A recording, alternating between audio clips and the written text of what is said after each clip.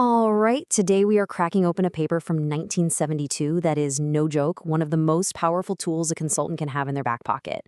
It's called A Garbage Can Model of Organizational Choice. And trust me, it's the secret decoder ring for those clients that just seem to operate on a completely different planet.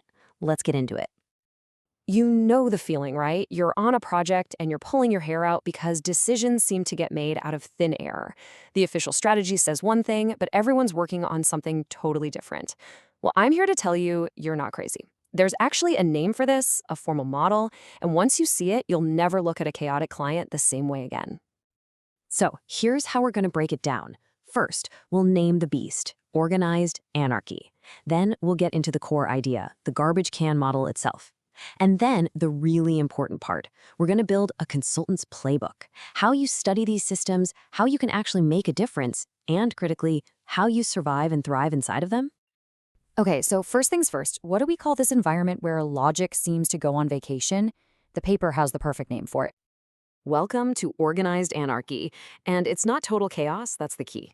There is a system to it, defined by three things you've definitely seen before. First, problematic preferences. This just means the goals are kind of all over the place. The company figures out what it wants to do after it does it. Second, unclear technology.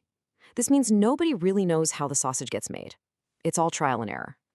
And third, fluid participation. People just sort of drift in and out of decisions. The team you have on Monday might be totally different by Wednesday. Tell me that doesn't sound familiar.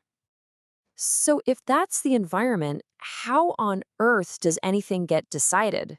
Well, this is where the paper gives us this absolutely brilliant metaphor. So I want you to forget everything you know about neat, linear decision-making. Instead, picture four different rivers flowing through the organization, all doing their own thing. You've got a river of problems, all the things people are worried about, a river of solutions. These are pet projects, cool new tech, basically answers looking for a question. You've got the participants, the people with their limited time and energy. And finally, choice opportunities. Think of these as the meetings, the sign-offs, the moments a decision is supposed to happen. The key is, these four streams are not connected. They're just flowing along independently. And here's the kicker, straight from the authors. That choice opportunity, that weekly steering committee meeting, it's not a forum. It's a garbage can.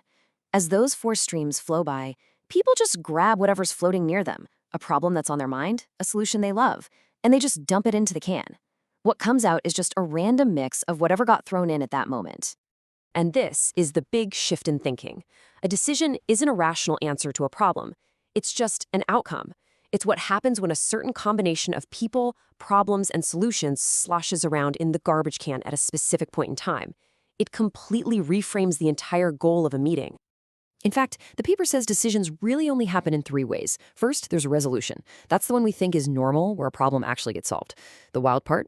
It's the rarest of the three. More common is oversight. A decision just kind of slips through because the right people are in the room and no major problems happen to be attached to it at that moment. But my favorite is flight. This is where a decision gets made because the big, messy problems that were holding it up get bored and fly away to a different, more exciting garbage can. The decision passes not because the problem is solved, but because it left the room. Okay, so the theory is a little weird, a little unsettling, but it's an incredibly powerful lens. So now, let's get practical. Let's build our consultant's playbook. First up, how in the world do you study a system like this? When you walk into a new client, your first job isn't to start proposing solutions. Your first job is to be an anthropologist. You have to figure out the underlying structure. You have to map the chaos. And the paper gives us a tool for this. It's called access structures. It's a fancy way of asking who is allowed to dump what garbage into which can. Is your client unsegmented? That's a total free-for-all. Any problem can show up in any meeting. Or is it hierarchical, where there's like a VIP line and only important problems get into the important garbage cans? Or is it specialized, where things are neatly siloed? Finance problems only go in the finance can, tech problems only in the tech can. Figuring out which of these you're dealing with is your absolute first step. All right, so you've mapped this system, you know how the garbage flows. Now for the million-dollar question, how do you actually make something happen here? How do you drive real impact? And this is where the model goes from being a cool academic idea to a straight-up strategic weapon. Because if you know the rules of this weird game, you can actually start to influence the outcome. And check this out. This data from the paper's simulations is a total game changer.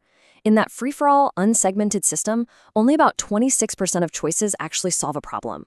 But look what happens when you create specialized garbage cans. That number jumps to 58%.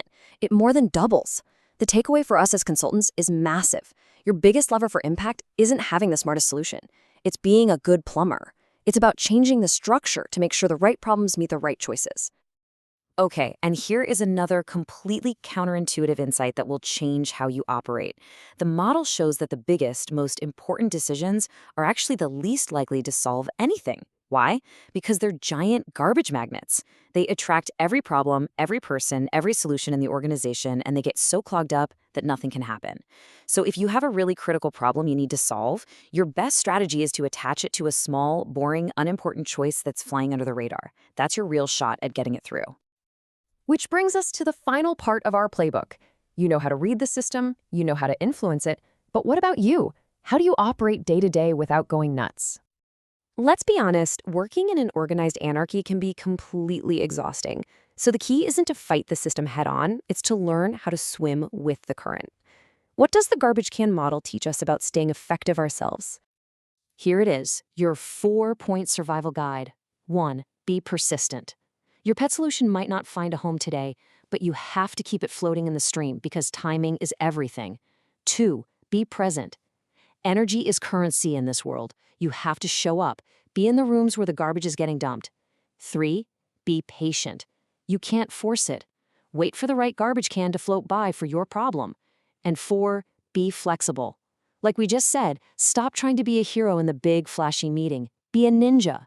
Solve your critical problem in the boring subcommittee that nobody is paying attention to. So when we boil this all down, what's the one big idea you should take away from this? It really comes down to a fundamental shift in how you see your own role. Think about it. When you walk into a client's office, are you really a problem solver who's there to logically fix things? Or are you just another participant, carrying around your own garbage, your favorite solutions, the problems you're interested in, and you're just looking for a can to dump them in? Being honest with yourself about that distinction, that might be the most important step to becoming truly effective in the world of organized anarchy.